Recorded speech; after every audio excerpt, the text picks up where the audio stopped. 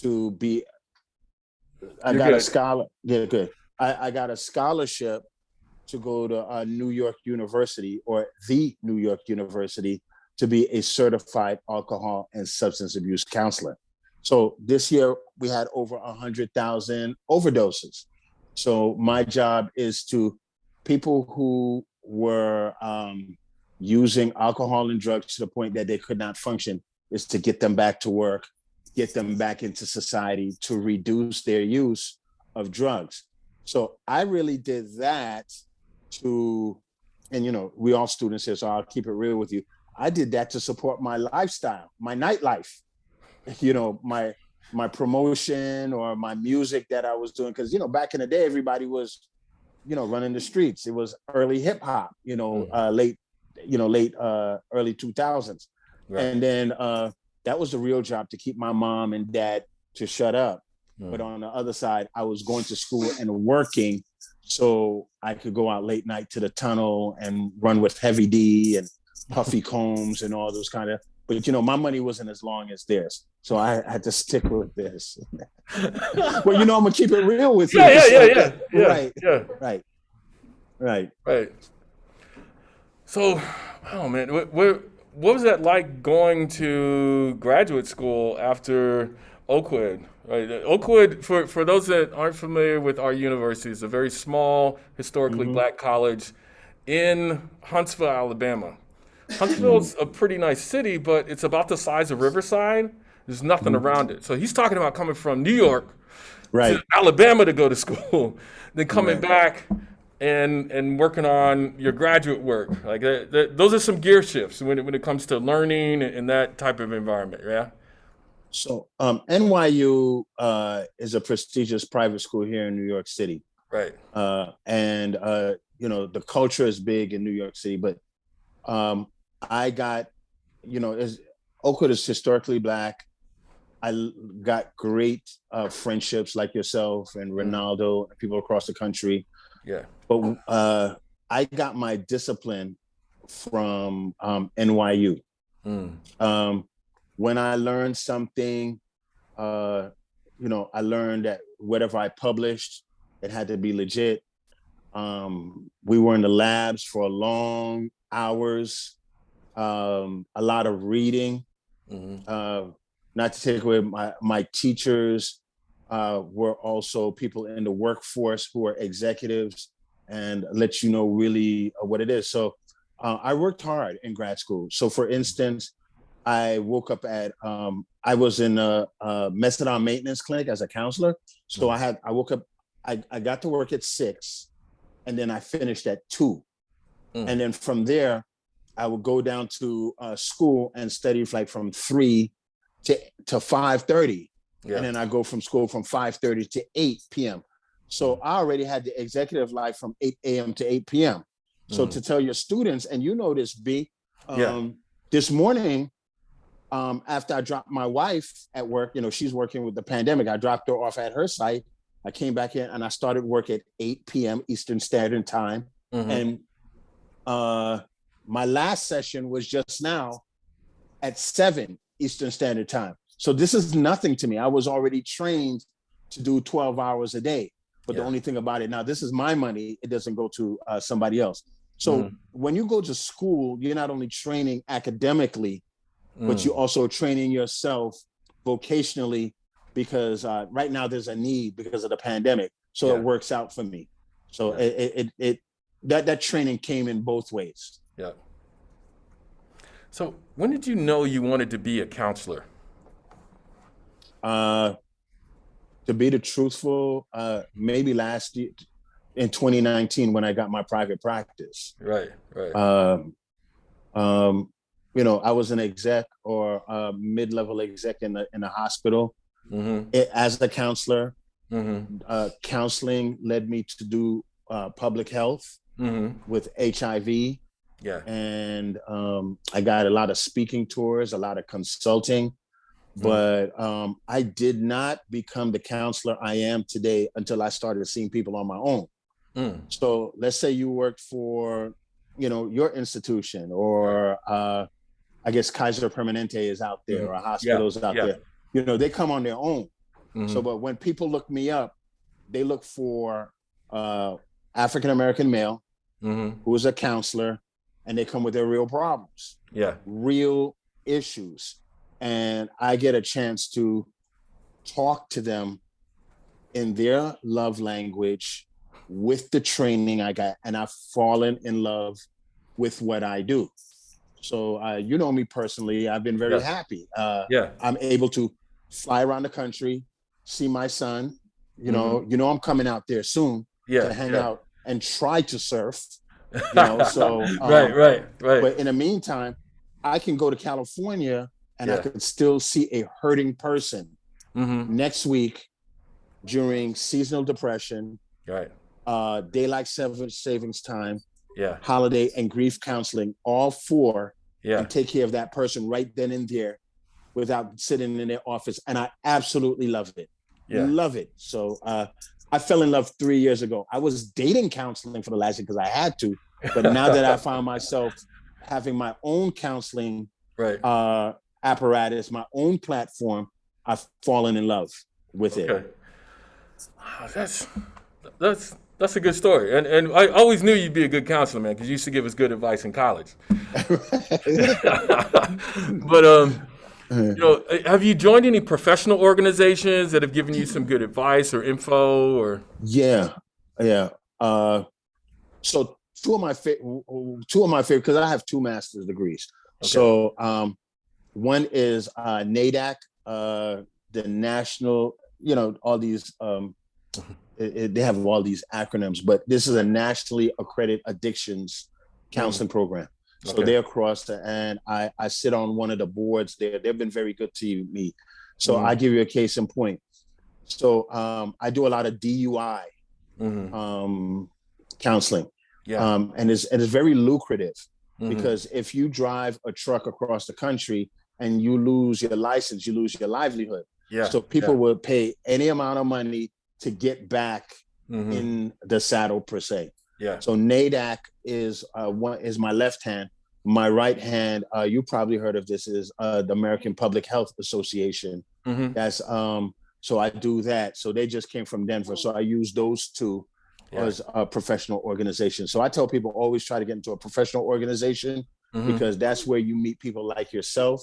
And this is where you network and you get little tips. And you get little consulting gigs with that. Indeed. So what's your favorite part of the job? I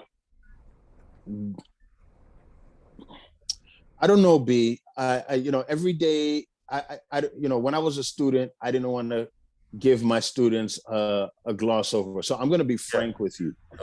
I get paid every Tuesday and Thursday from the insurance companies. So that's me and Mrs. Graham's favorite day, Tuesday and Thursday. Right.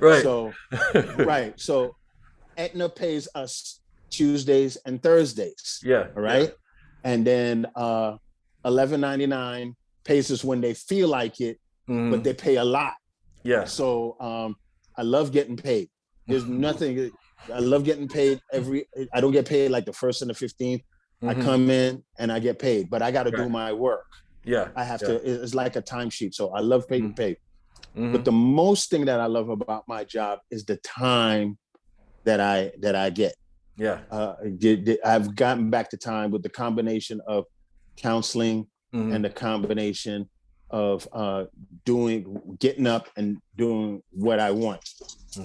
But the best part, and I'm not fooling, is when you help people and you know your clinical skills, you have put them in the right place. There's a lot of people that's going through a lot of anxiety, right? So I'll give you a case in point. There's probably somebody in your classroom right now that is dating somebody, but like somebody, but they're not able to talk to anybody about that. And they come to you and talk to you about that. They're like, girl, you're not the only one that's dating somebody and like somebody. Somebody got to go. But she can't go to her mother. She can't go to her man and be like, yo, I like somebody else. She can't go to the guy she liked and said, I'm married to somebody else. Those are like real problems. So they come to you in all trust and then you get an answer. Mm-hmm. And that's what you're there for. You take your clinical skills Yeah. and you take what God has given you, and you're really able to help somebody. Mm-hmm. And especially people who try to hurt themselves, people who are really sad, you get a chance to uplift them with the real truth. Right. Man, that's good stuff, man. I thought you were talking about me for a second. All right. Now, listen, I don't want to get myself in trouble because now you got me taped. So I'm not going to. Right. I'm not going to blow up yourself. Right. All right. So what's the challenging part? What's the challenging part about the job? Letting people down. Yeah. I find it funny that something as little as picking up the phone at the right time, saying when you're going to be there at the right time, following up on your call. I don't know, when people are hurting, they expect you to be there for them. And when I first started, I was a contact tracer, and I had my own patient in my own private practice. And I couldn't do two at the same time. And then when people call, or they expect you to call, and then you get a text like, I thought you was going to call. And I'll share something that happened to me 2 weeks ago. I had a lady, this is real true, and your students will understand this, and I hope they understand what I'm saying this. I had a lady that texted me 1:30 in the morning. So you can text me 24 hours, but I'm not going to answer it. And her first line was, Gary, I have not heard from you for 2 weeks. That's the first thing. In fact, I meet her every Thursday midday. I've not heard from you in 2 weeks. And she was about to take a knife and kill her husband. So I felt so guilty at 1:30 in the morning that I missed the last 2 weeks. I called her, and no matter, I solved it within an hour. I charged her. I'm gonna get that money. Right, brother. New York, Right. So I charged her, which was legal. But the thing that hurt me the most, and I felt that the fact that I missed the 2 weeks, because she mentioned it 4 times. In the session. And so I knew I had let her down. Because I didn't call her for whatever reason. So that is challenging, to be as professional as possible. So I share this too, just like today that we were just getting online, right? I'm on my backup phone because my computer could go out anytime. So I didn't want to let you down, because you're my dude. And there's somebody in there that may connect with me, and maybe, and this is the truth. There's somebody in your classroom right now that's teetering, doesn't know if they want to do that. And no matter how great you are, you're a great person. You will never connect with that person. And then today, somebody going to come to you at the end of this semester is like, yo, I was knocking down C-. But when I talk to you, when you dude from New York talk, I felt him. He went to B+. Y'all ain't gonna get an A- from B if you are C- right now, but y'all get a B+, right? So that's facts, bro. That's facts, right? But the fact that I'm saying is that somebody today is going to be influenced because they feel me, and that's why I had to be there. So I would say, even as professional as I think I am, you have to reach people's expectations as close as you can be. Oh man, that's good stuff. And I think you've been giving advice to graduate students throughout. But there's anything else that you could think of, general advice to graduate students? Yeah, man. It's worth it.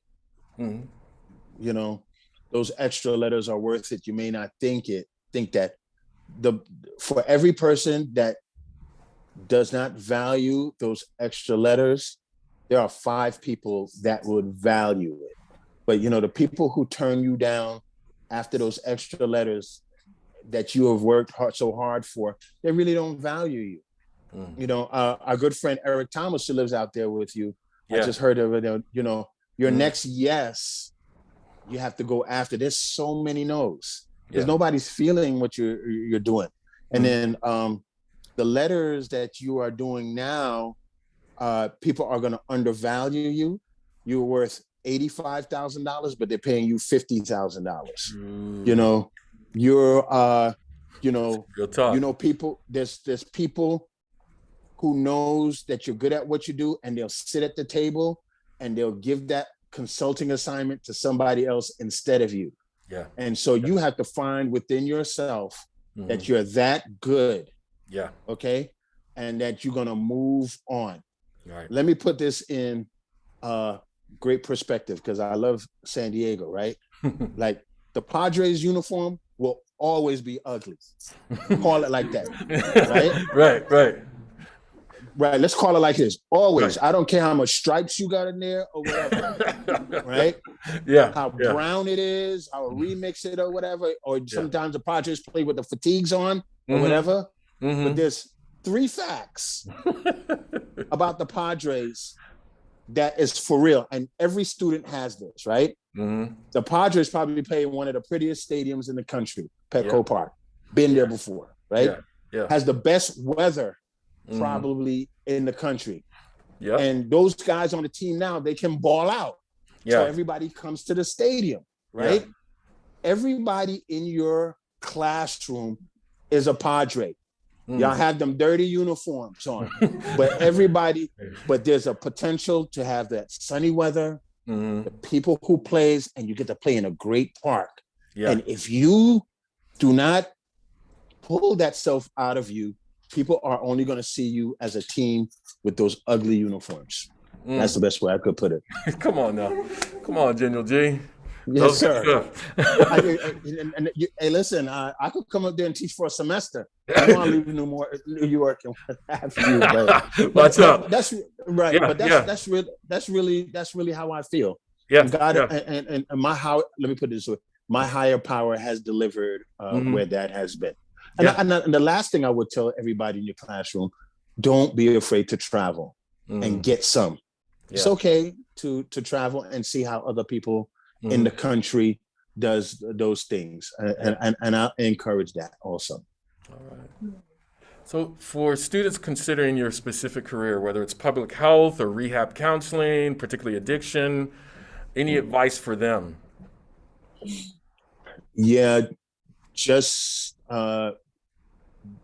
do as much reading as possible and stay to it. So let me, I'll talk about, I've made a considerable amount of money because the pandemic, which is public health. Yeah. You understand? And then everybody has gone mad in their head, so they need mental health. So 10 years ago, I didn't think I was anything. And here it is 10 years later, I can't keep my phone off the hook.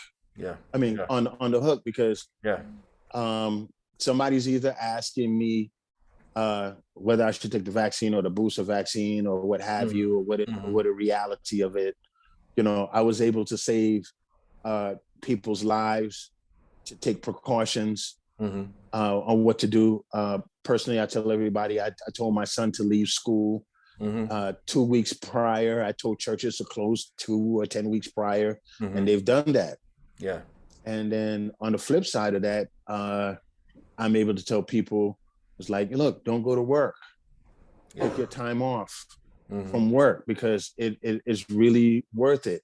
If you're not ready to go to school right now, don't go to school. Somebody's giving you a hard time, don't go. Talk to your professor and let them know that, you know, I don't feel like Garry today. And so we are just at the tip. And fact that everybody's sitting there, not to blow sunshine in their ear hole or anything like that, is that you are in a place where you're learning, and you're going to be able to use it when you least expect it. So you should always keep your game tight. Wow, there's a lot of kids in that, a lot of young people in there. Grown people, bro. Yeah, I see that. Quite a All few, man. blurred out and everything. Yeah, yeah, Y'all caught yeah, me in my living room. yeah. Now I'm gonna keep it real with you. Look at my. I'm not gonna show you my wife, but see, Yeah, that's yeah, real. yeah. You That's know, New York. you dead up in there. Yeah, yeah. I got Yeah, you. I'm in the I corner got of you. my house I got you. making Um, this money. Let me see. Yes. All so right. I'm gonna have the. If does anyone have any questions? All right, got a question over here. Go ahead. How did you like your master's in public health? Like, what did you do with it? So my master's of public health is in immigration, um, immigration and community and immigration. So what I do with that is the biggest thing that I do with that is I go to different churches and I go to NGOs or nonprofit organizations and I talk to people and I put it in its simplest forms. So a great thing that I told last year, I went to a church and I told them that they should close their church because the pandemic is upon us. And one of the churches was my church, and the other church was my brother's church. And nobody died from any of those churches for 24 months. So I knew in public health when Dr. Messimer sat her daughter and her family down. Nobody says in a journal, I'm sure nobody sits down in a journal and says, I sat my family down and I told them that our lives are going to change moving forward. This is one of the top scientists in the country. And when I heard also that Harvard cut their basketball season down, I knew as a public health person that it's about to hit the fan. I'm being very nice. So you get to be not Benedict Arnold, you get to be Paul Revere and tell people the British are coming, the disease is coming, stay out of the way. And that's one of my biggest things. So, and I'll just say it, I tell my Black people in its simplest terms, I tell them, and I become a voice in the community, like, get your stuff together, get vaccinated. It's okay. You will not surely die. And we have saved lives. So I think that's the simplest way to put it. Thank you. No problem there. Thank you. Another question. Yeah. How much do you get paid? Yeah, I'd be more than happy to tell you this. So I was, that's a very brave question because people want to ask those questions, and somebody in there right now is like, "Girl, you out of order. How you gonna ask that?" So I'm gonna let you know. Okay. In 2019, all right, I made $2,800 a month. That's with 2 master's degrees and a license of master's health and public health.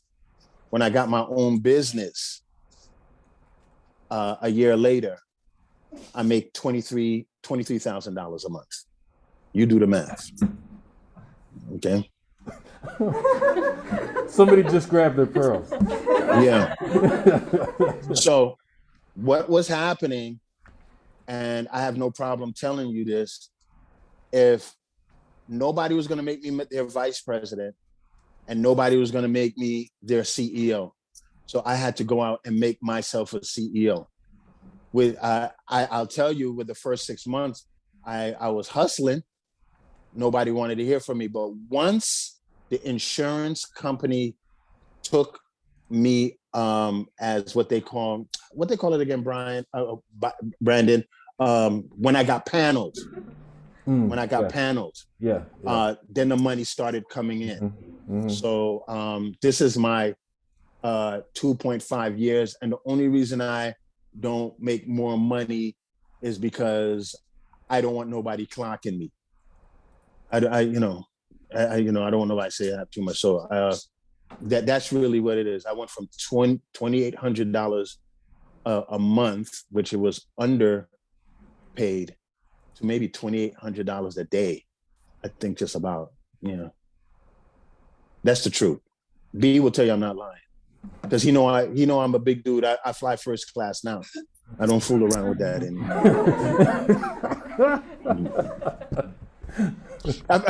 Brian, you straight up, dude.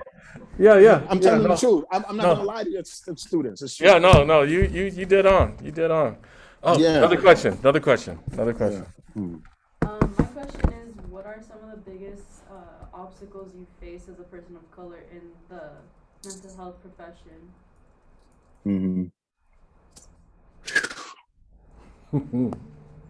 As being a man of being a person of color, that is one of the biggest things. But I turned that around. I am glad to say something that I thought was a curse has become an asset.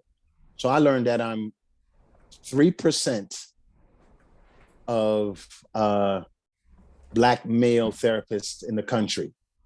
All right. Yeah. So I just gave you my numbers, what I make. So I give you an idea. So just think about it. In corporate America, nobody wanted me. In my private practice, everybody wants me. My phone does not stop ringing.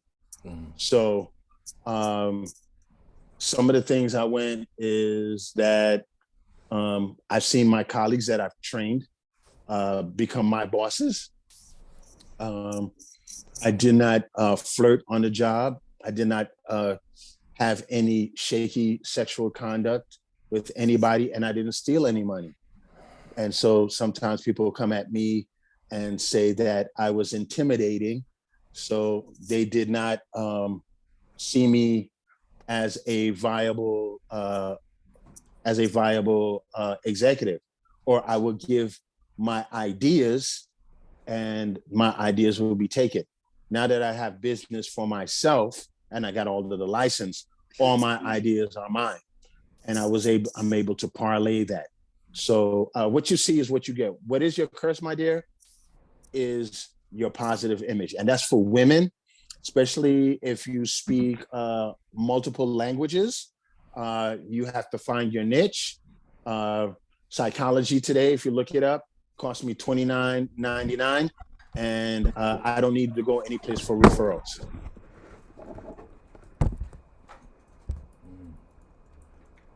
I hope that answered your question.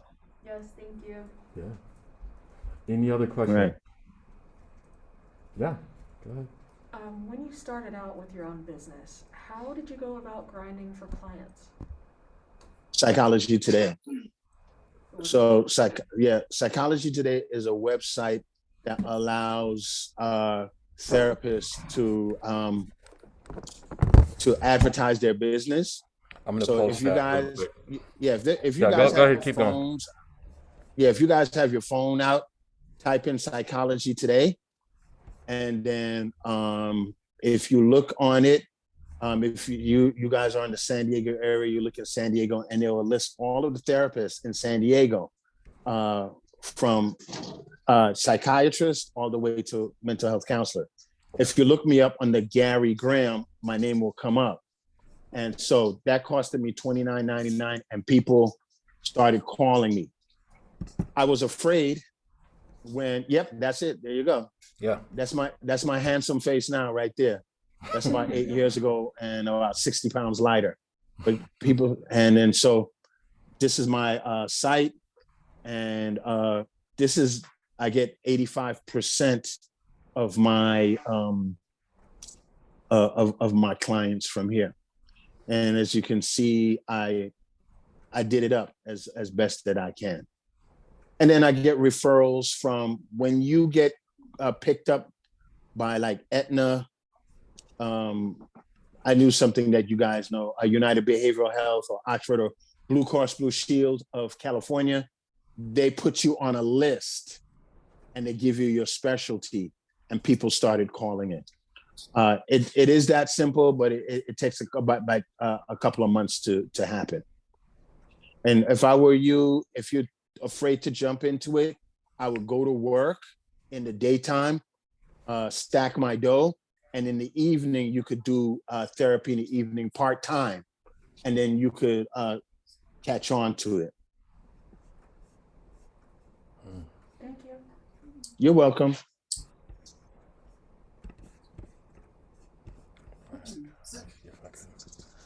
Any other questions?